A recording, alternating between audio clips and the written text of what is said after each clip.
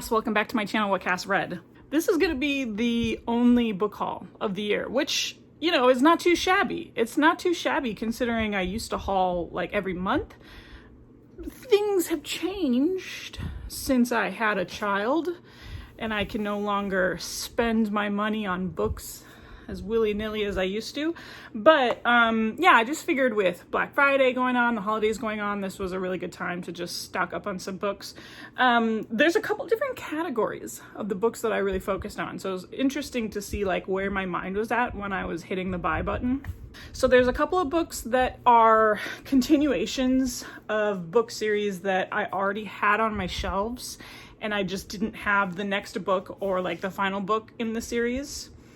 Then I really got hit with some FOMO on a couple other books. But then, out of nowhere this year, I have been really interested in reading some more horror novels. And then, of course, my historical romance. Just need to beef up my historical romance library. So it's just kind of all over the place. And if you're interested in seeing what I bought, stay tuned. Let's go. Okay, so I thought we would start with the books that I have more familiarity with. Maybe not a lot of familiarity, to be honest. But these are all the books in the category that I already had some part of the series on my shelf earlier, and I just wanted to complete the series and have the whole thing on my shelf. So the first one I'll bring up, this is The Fury of the Gods, written by John Gwynne.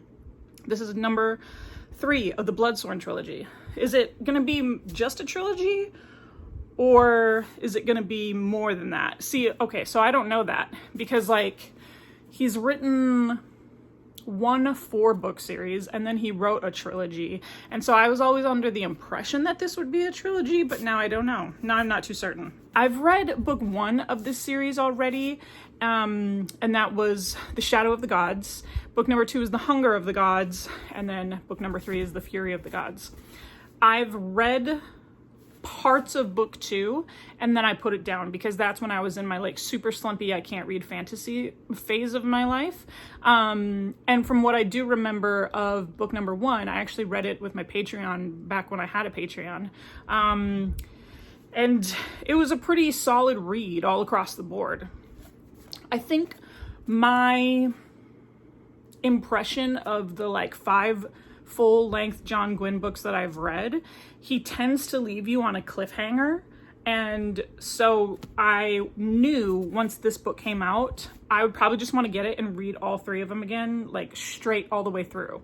So that's going to be my plan with this one. Now, this is a kind of an epic fantasy story that takes place in a Norse-inspired world.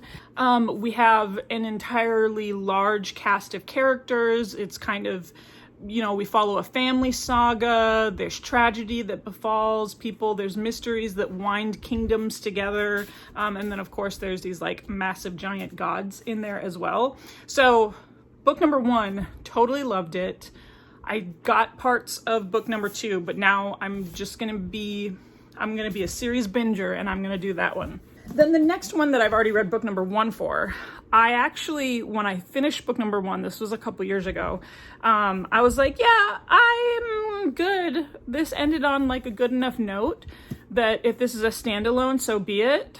But then I learned that there were more books coming out, and I was like, man, that did sound like the threads that they're kind of like weaving in to make it into a series. I was like, that was a really interesting plot point and I would like to explore that more. So I'm talking about the Founders trilogy. That's what it's called. Okay, so book number 1 is Foundry Side. I've read that one. And then book number 2 I already own. That's Shorefall, but I did not read that one yet. So same situation with the John Gwynne books. And then this is Locklands, book number 3, written by Robert Jackson Bennett. Now, Robert Jackson Bennett, I think, has completed this as like a trilogy. That's all it's going to be, because he started writing something else that I've heard really good things about.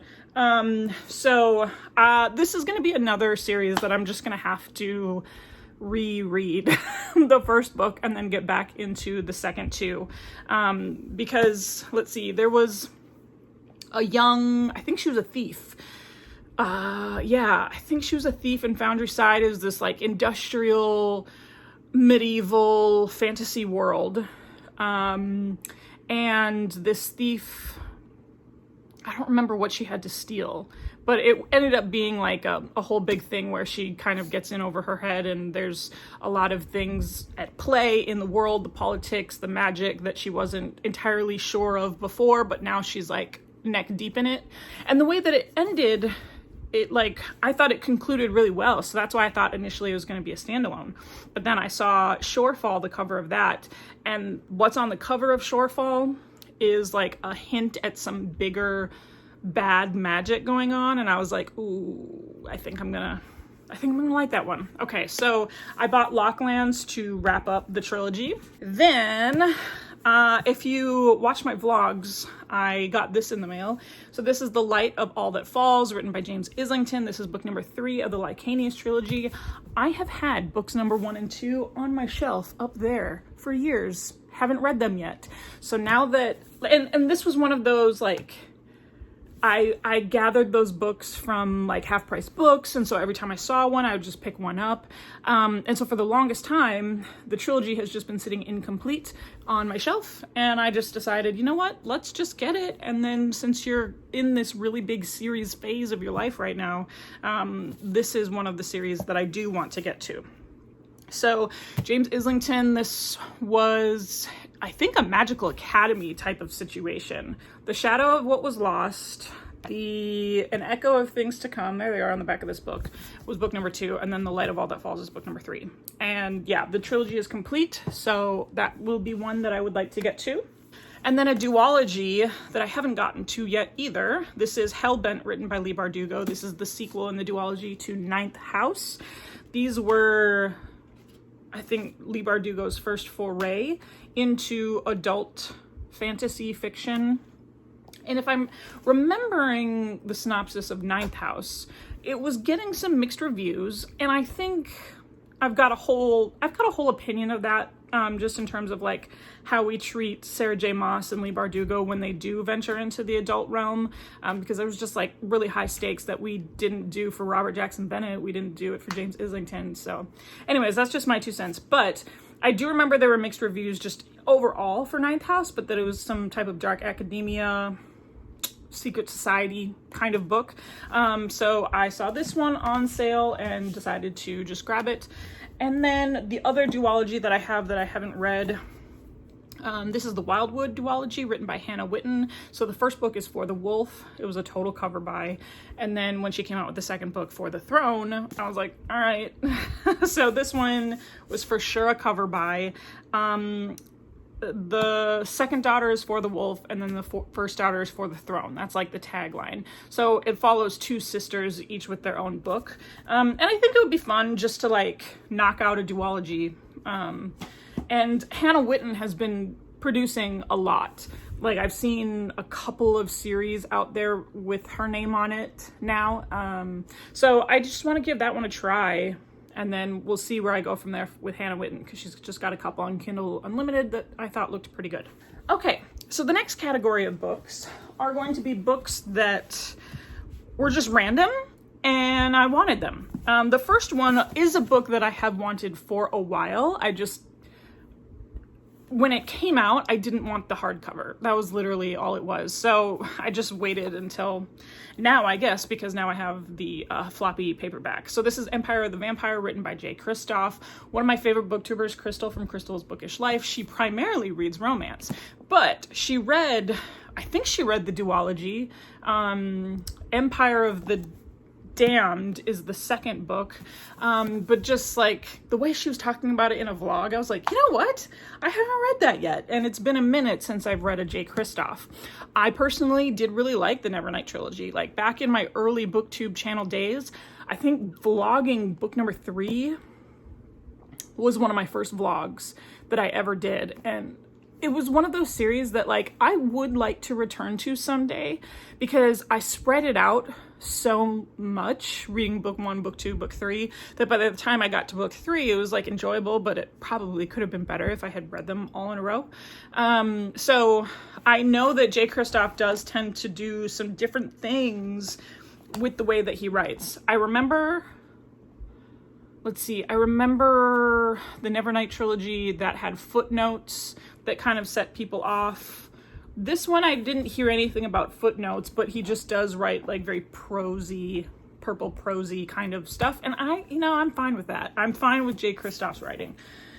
So now I have that on my shelf and I can get to it. This next one has been making the rounds. I don't know if it won a Goodreads Choice Award. I haven't actually been paying attention to that, but I know it was in the mix. This is When the Moon Was Hatched, or When the Moon Hatched by Sarah A. Parker, book number 1 in the Moonfall series. I think this is available on KU, and I just bought it because everybody was like, this book is huge. And I was like, I do like big books. So it was like a hype book that came about, and I'm okay with hopping on a hype train every now and again. So this one, let's see. As an assassin for the rebellion group, Rave's job is to complete orders and never get caught. When a rival bounty hunter turns her world upside down, spills blood, hearts break, and Rave finds herself imprisoned by the Guild of Nobles. Crushed by the loss of his great love, Khan Vagar took the head of a king and donned his melted crown. Now on a tireless quest to quell the never-ebbing ache in his chest, a clue lures him into the capital's high-security prison where he stumbles upon the imprisoned Rave. Echoes of the past race between them. There's more to their story than meets the eye, but some truths are too poisonous to swallow. I think what made me want to get this, I'm working my way back through Sarah J. Maas, and so this was like a Fae book, but also with dragons. Completing Throne of Glass made me just really in a Fae and dragon, wyvern, feel it in my heart situation. So that's where that came from. And then this one I barely know anything about, but Empire of the Silence. This is book number 1 of a series. It's a all I know is that it's like written like, who is this by? Christopher Rucocchio? The Sun Eater. That's what it is. The Sun Eater. I'm all hype on this. I'm all trying to hop on the hype train for the Sun Eater series. That's why I bought this one. I just wanted to start with book number 1 and see if I liked it, because I heard that it's kind of like epic fantasy, but also in sci-fi. And sometimes I get really iffy about mixing my sci-fi and my fantasy worlds together, but everybody is talking about this one. So that was also another hyped buy. So what surprised me the most about this book haul is how many horror books I ended up purchasing. I think now that I'm in the mood to read horror and fantasy again, that's really like what my brain was gravitating toward. I have a couple of other videos that I want to film, but like basically the journey of my reading year was like all fluffy romance, Hermione, and then I finally got back into some fantasy, and not even a lot of the hard-hitting stuff. But once I started getting back into the mood, then I really wanted to read horror again. Now, I was in...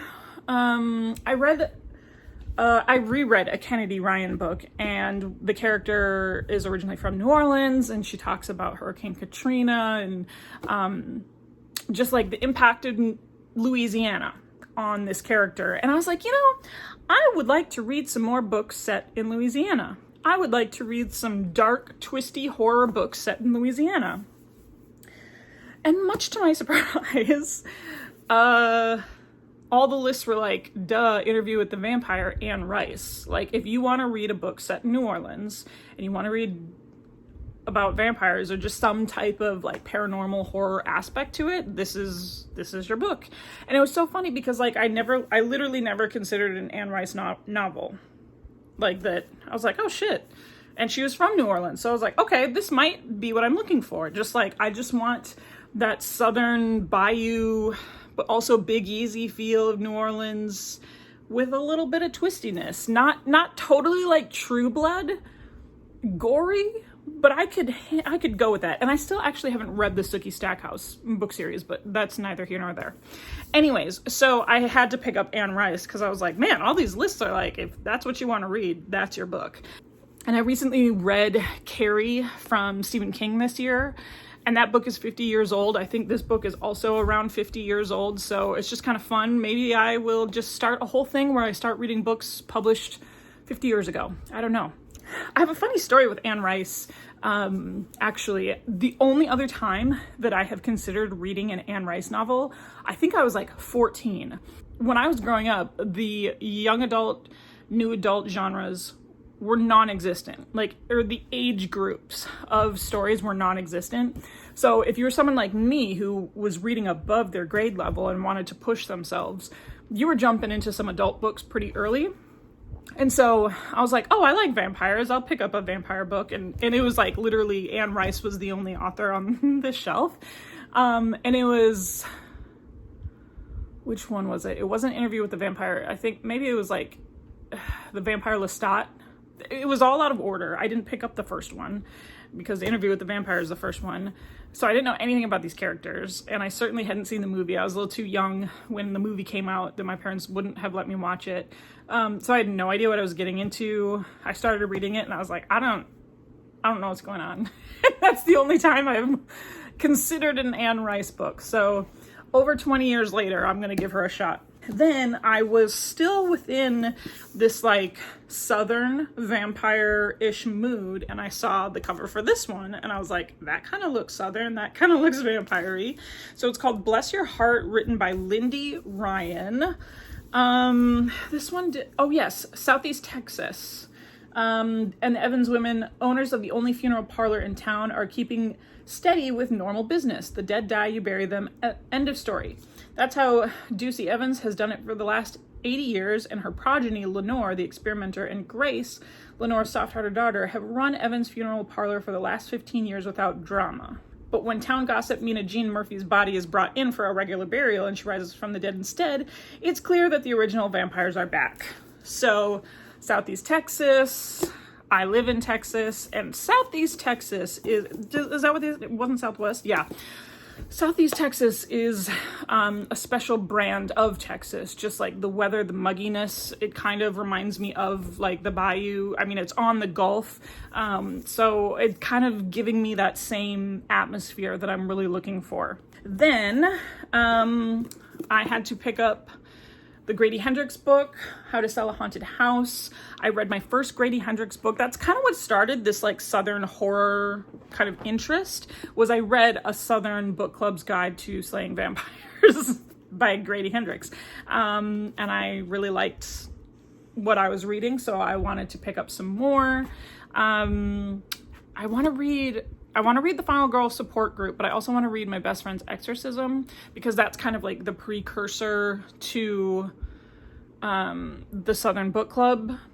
You don't have to read them in order. It's just like a thing that happened that gets referenced sometimes in the Southern Book Club.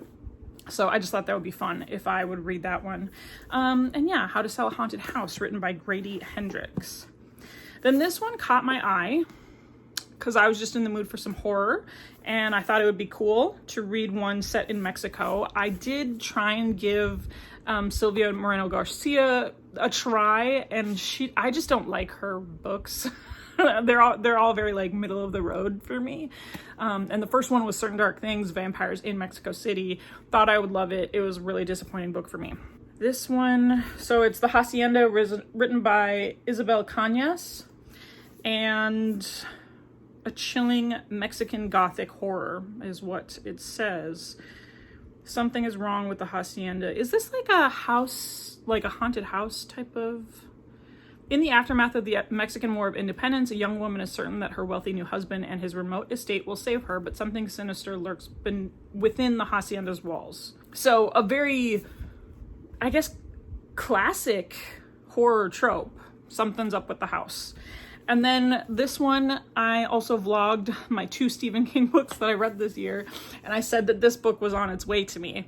So this is If It Bleeds, written by Stephen King. This is a collection of short stories. I've never actually read any of Stephen King's short stories, but the title story, If It Bleeds, is written with Holly Gibney as the main character. I just finished up Holly, the book with Holly Gibney as the main character, and there's a lot of reference to what goes on in this short story and how it has impacted her as a character. There were no spoilers, like you could totally enjoy it without the short story, but it made me want to pick it up because I love that character so much.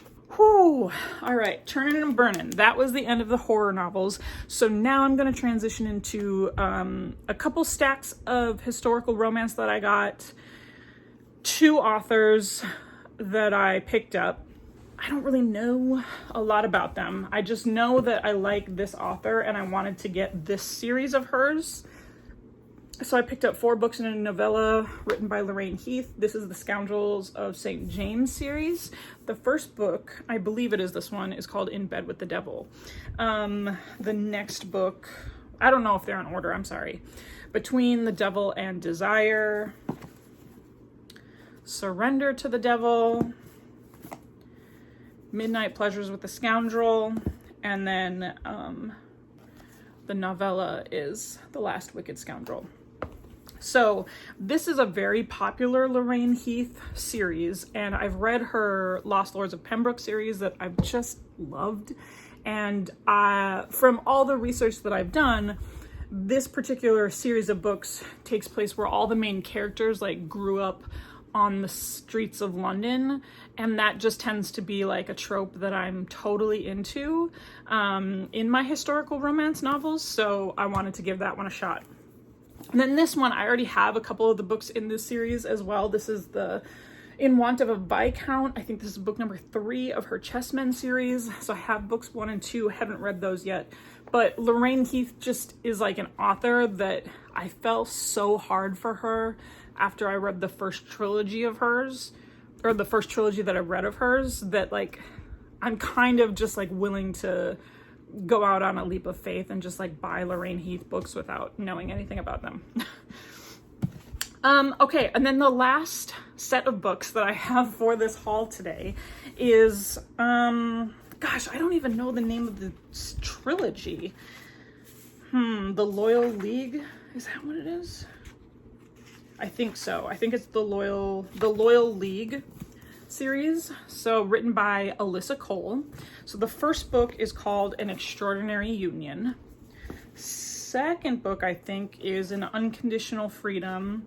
And then last book is A Hope Divided. So I've actually had book number 1 on my Kindle for ages and I haven't read it, but I really wanted some historical romance that was written by women of color, about people of color. So Alyssa Cole, Beverly Jenkins, those are the authors that I was really searching for. And this is a novel of the Civil War. So this takes place with Black main characters in a romance setting, but also in the Civil War. And it's just such a vast difference from the like Regency setting that I typically read. I fell in love with it with Beverly Jenkins, and so I wanted to give Alyssa Cole a shot as well. She does write I've seen like some contemporary romance novels by her. It's like more like Duke types of romances, but they're more modern and they're always with people of color, with Black protagonists. So I just really wanted to give that a shot. I don't hear anyone talking about Alyssa Cole except for An Extraordinary Union. That's the only one I hear people talk about. And it's not even like that many people are talking about her. So I hope that those pan out for me. Whew, I'm going to need so much water after this. I have no idea how many books that was. 5, 8, 18, 23, 26 books in this haul. So, you know, I go from not buying any books and then just like going real hard at the end of the year. That's what this was. But I hope you saw something in here that piqued your interest, that you liked, or if you read any of these, let me know what you thought of them. I'm pretty hyped for the upcoming year and just like being back in this mood to read my comfort genres again. And yeah, I'm gonna film a video, don't know what order things are gonna be posted in, but just like some of my bookish goals. And so you're gonna see like historical romance and horror are our 2 big bookish goals for the start of next year. All right, let's help me out with all those social media things. Like, comment, and subscribe. If you made it this far, please go ahead and put a cat emoji for the Stephen King novel. And then you know how these videos end. I'll talk to you later. Bye.